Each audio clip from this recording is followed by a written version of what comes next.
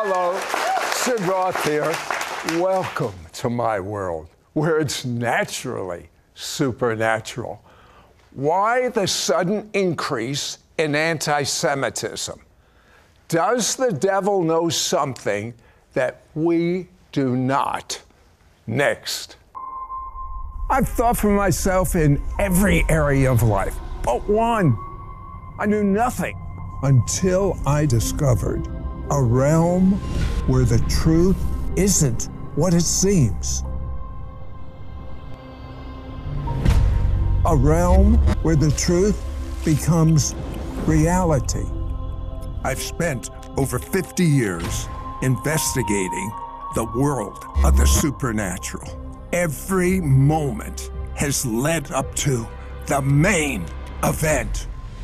Millions of Jewish people will be saved all over the world. God's heart is for all to believe, for none to perish. It's called the greater glory. Do you believe? It's supernatural.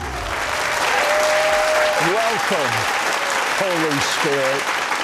Go and flow. My guest was raised in a traditional Jewish home, both parents Jewish. But Scott Volk had no burden for Israel. As a young man, he was transformed by Israeli children's eyes. Eyes? It was the craziest thing, Sid. I had taken my first trip to Israel. I was leading a tour in 2005 and 40 years old. And when I was there, we decided we were going to bring gifts to an underprivileged children's center as part of our tour so we can not only see the sights, but serve. Sid, as I walked into this underprivileged children's center, 15 kids that were there, they come running up to us. And as I looked at them, tears filled my eyes because I heard in my spirit, in as much as you've done it to the least of these brothers of mine, you've done it to me. Being raised as a Jew, coming to Jesus for the first time in my life, I realized I was looking at literally the least of Jesus's Jewish brothers and sisters. And at that point, I had been saved for a number of years, but at that point, something was planted inside of my heart that I never thought would ever be there. And that was a burden for the lost sheep of the house of Israel. I can't believe I lived so long without it. I thought my life was complete. I was pastoring a church, raising kids. My kids loved the Lord. But in that moment, something entirely unexpectedly happened to me that changed my life forever. And by the way, this is happening to people that have come to love the Jewish Messiah, that is Christians, all over the world. As the world is turning darker, they are having their focus on Israel and on the Jewish people. So it begs a question. Why did God choose Israel? I mean, it's the size of Rhode Island. It's a little nothing. It's in every newspaper in the world. It's the incredible. whole world does it. They're pulling out their hair. Maybe not you, but they're pulling out their hair and they're saying, what is going to happen to us? Because this little country, the size of Rhode Island. It's amazing. God chose Israel because he loves every nation and every ethnicity on the face of the earth. When God created the heavens and the earth, and he created man, he created us to live forever. And when Adam and Eve sinned and sin came into the world, the Lord cursed the devil and said, one is coming after you that will crush your head. And God was looking for a people and a nation through whom that Messiah could come, so he could reverse sin and death and bring salvation to every nation of the world. And he chose Abraham. In Genesis chapter 12, he says, Abraham, through you, every nation of the earth will be blessed. God didn't choose Israel because they were the best. He didn't choose Israel because he loved them more than anyone else. God so loved the world. But he needed a people. He needed a nation through whom that Messiah could come. And that's why he chose Abraham. And that's why we must be carrying a heart for Israel and the Jewish people. I want you to talk to some real Christian believers as why Israel should be important to them. We're living in a time when Israel isn't even thought about. You can go to 1,000 church services and never hear God's purpose for Israel mentioned. But there's only one mystery in the Bible that comes with a consequence if we don't get it. It's the mystery of Israel. And if we become ignorant of that mystery, we become arrogant and proud. And the Bible says God opposes the proud and gives grace to the humble. And today, Christian eyes are being opened and Christians' hearts are being opened, like mine was, with regard to the significance of Israel. And Sid, I believe strongly that this is a message that the church needs to hear today, because so many in the church, even in the church, are turning their backs towards Israel. And I am appalled. But what about a Christian that says, I don't have my back against Israel. I'm just kind of indifferent about Israel. Indifferent. What would you say to them? I would say to them the same thing that I would say to someone who is indifferent about innocent babies being taken out of wombs. I would talk to them about being indifferent when innocent people are dying anywhere on the planet, except this indifference brings forth a disposition of heart that actually puts us in opposition to God. So my heart is, why can't we as believers, why can't we as the church simply say, Lord, if I'm being indifferent, if I'm being ignorant, open up my eyes so that I can see the significance of your heart for Israel. Because when we get the significance of God's heart for Israel, we now have a proper understanding of God's heart for the world. For God so loved the world that he sent his son, his Jewish son, into the womb of a Jewish woman who many say Mary, but her name was Miriam. The disciples were Jewish. Jesus was Jewish. I like to say this. He was born a Jew. He lived as a Jew. He died king of the Jews, and he's coming back as the Lion of the tribe of Judah. That says it well. Many people are kind of wondering this. Why is tiny Israel front and center stage right now? Here's the truth. If you don't know, you will miss not only God's destiny for the world, but your destiny, your personal destiny. That's how important it is. Be right back.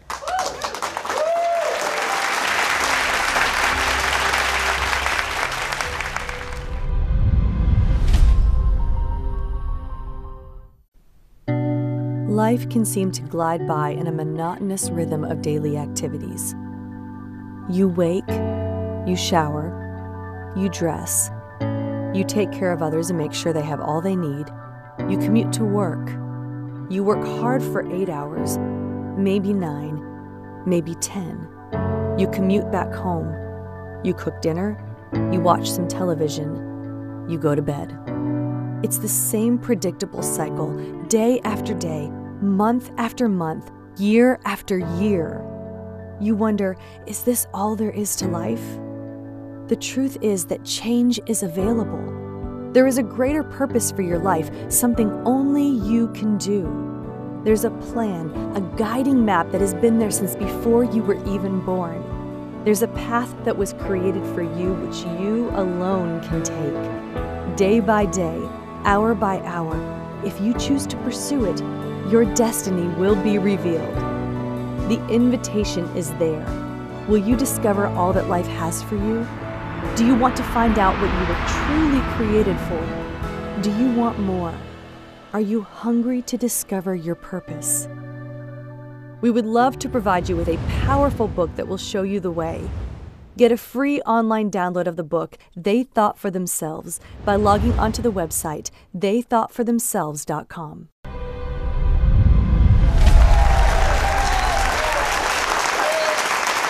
don't know about you, but have you noticed all these universities around the United States and now the world are starting to have protests against Israel?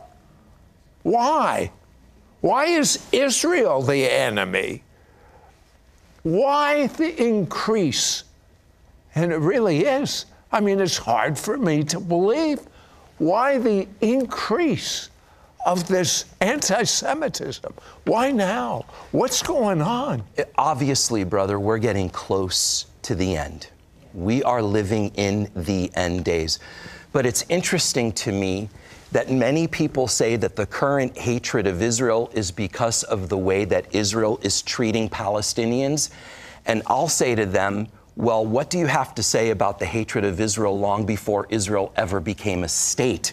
From the time that God chose Abraham and chose Israel as the people through whom the Messiah would come, there's been a diabolical hatred against Israel. But he's already come, the Messiah. So why is there still this hatred? Well, when I look throughout history, you've got Pharaoh who hated them.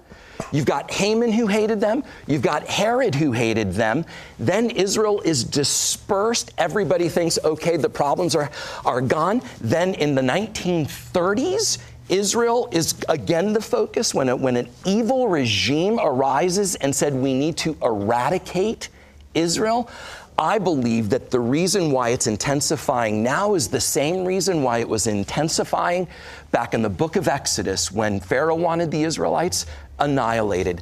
God's got a purpose and a plan, and the devil happens to know that purpose because it's going to take Israel welcoming back their king before he returns. The Bible says, Jesus says, as he's weeping over Jerusalem, I will not return again until you welcome me back by saying, blessed is he who comes in the name of the Lord.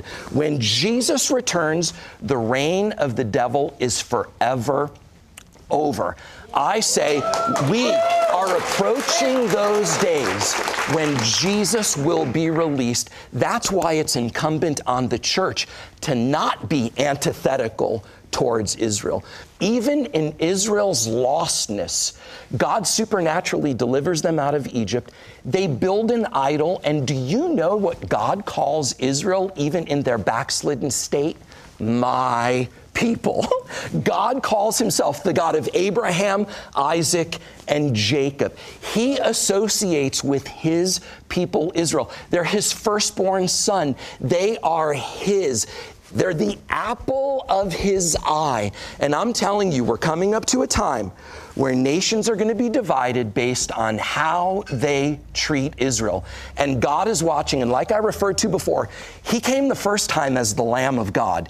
He's coming the second time as the Lion of the tribe of Judah. I don't want to be in opposition against the Lion when he returns. Explain something to me. If the United States becomes like many of the nations of the world, anti-Israel, what is your prognosis for the future of America if that persists? When you look in history of nations and kingdoms that have turned against Israel, you can see a lot's been written about it. What happened to Great Britain, the United Kingdom, when they turned against Israel.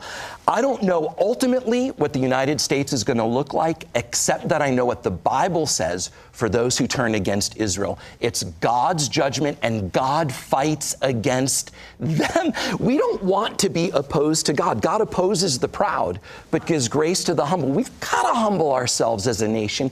We've got to embrace what God says. We've got to carry God's heart for his people. And again, it's not just political. It is deeply spiritual, and that's what Paul was carrying. He was carrying an unceasing sorrow and burden in his heart because of the lostness of the people of Israel.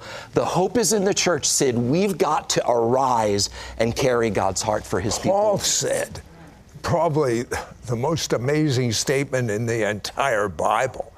He said, knowing Jesus, knowing what Jesus did for us, he said, I will give up my very salvation for my brethren after the flesh.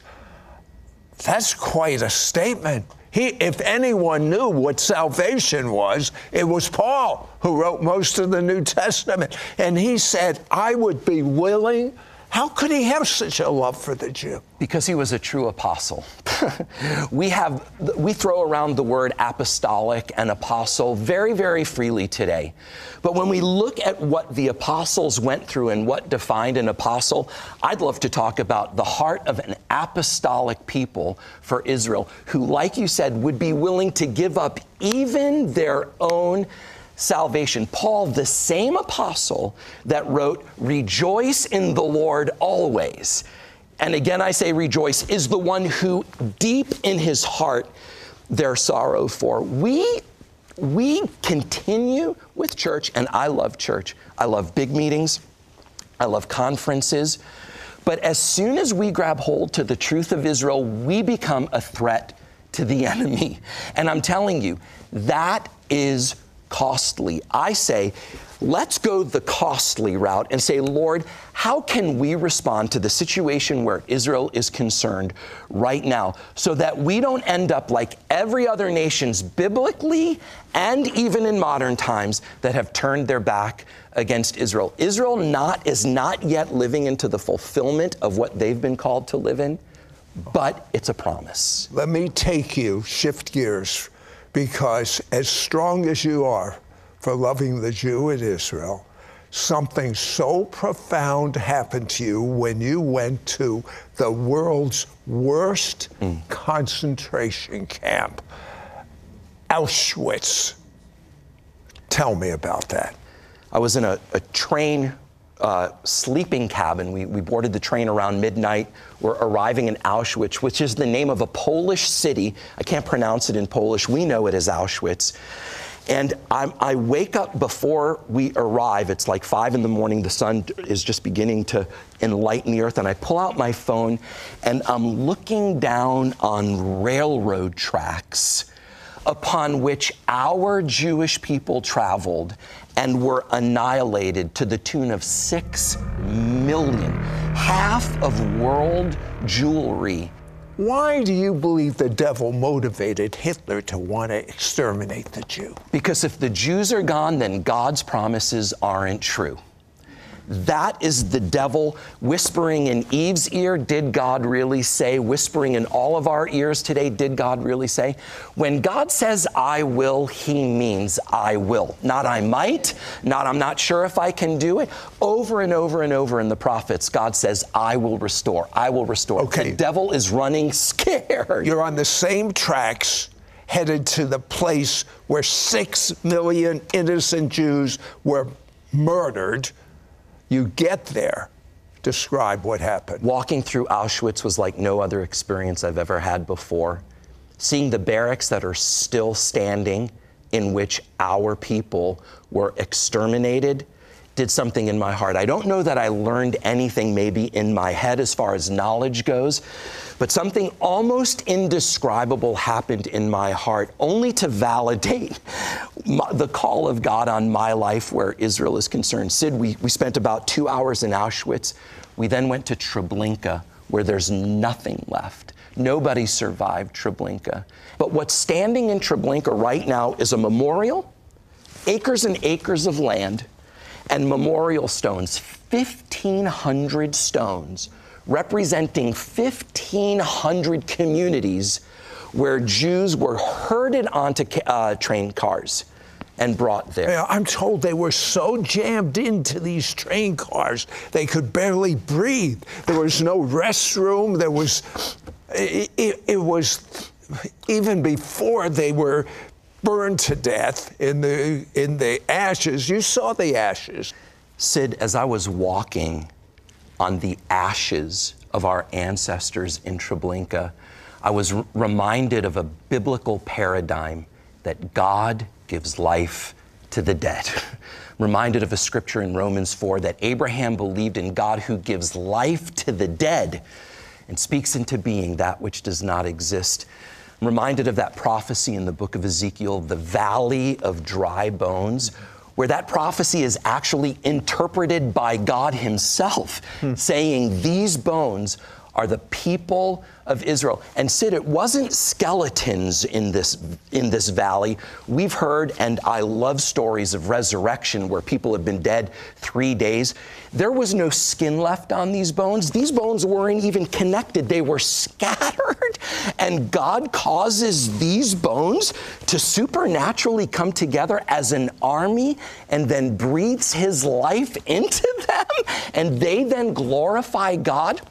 The book of Romans says, Israel's salvation will be as life from the dead. I was devastated walking through Treblinka that day, but I was also hope-filled because we are not people who live without hope. That God who birthed the nation of Israel out of the ashes of the Holocaust will indeed birth a nation out of the ashes of the valley of dry bones that will forever live to be a demonstration of God's resurrection power for Israel and every nation of the earth. He mentioned ashes. He's standing in the place where humans became ashes, men, women, children. One day you're going to become an ash, hopefully from old age. But one day you'll just be ashes, unless I recognize there are two places you end up when you die. Your spirit, you're going to live eternally. Where are you going to end up? In a place where God is, called heaven, or a place where the devil is, called hell? I want you to say this prayer out loud. Mean it to the best of your ability right now. You have no idea what a supernatural God we serve. Dear God, please forgive me. Please forgive me. For every sin I've ever committed. I ask you to cover all my sins with your precious blood. I ask you to cover all my sins with your precious blood. Jesus, come and live inside of me. Jesus, come and live inside me. I make you my Savior. I make you my Savior. And now I make you my Lord. Now I make you my Lord. Amen. Amen. You got a Jewish heart when you looked in the eyes of those orphans. You further got a Jewish heart when you walked through Auschwitz and Treblinka. I want you to pray that everyone viewing right now, look into the camera, transfer that heart to the viewers. This is a supernatural heart that the enemy opposes. So as I pray, I ask you to open up your heart. Father, in Jesus' name, in any areas where we've been blinded to your heart for Israel, I pray that you would give us the apostolic heart that Paul carried, that we would have unceasing sorrow, that something inside of us will not be complete until your people, Israel, bow their knee to Jesus as King. Help us, Lord, to be obedient to your word, to pray for the peace of Jerusalem, to give you no rest until Jerusalem is established as a praise in the earth, and forgive us if in any way we've been opposed to Israel or just not even caring about Israel. Let us carry your heart as a father would carry a heart for his son or his daughter. May we carry your heart, Lord, for your firstborn son, Israel, in Jesus' name. Amen. And if you said that prayer, I'm going to tell you a promise of God. The promise of God is you will carry in your heart because Jesus lives inside of your heart. And the people that Jesus wept over when he went to Jerusalem, you carry now in your heart. I say shalom, peace, shalom, completeness, shalom, shalom.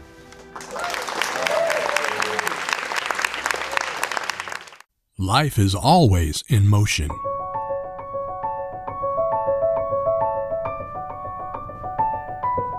Mankind builds, grows, moves, advances. We get so caught up in our chaotic routines that it's easy to forget. In the midst of life's chaos, one thing remains the same. As we face life's obstacles and struggles, we can turn to the promises of the one who never changes.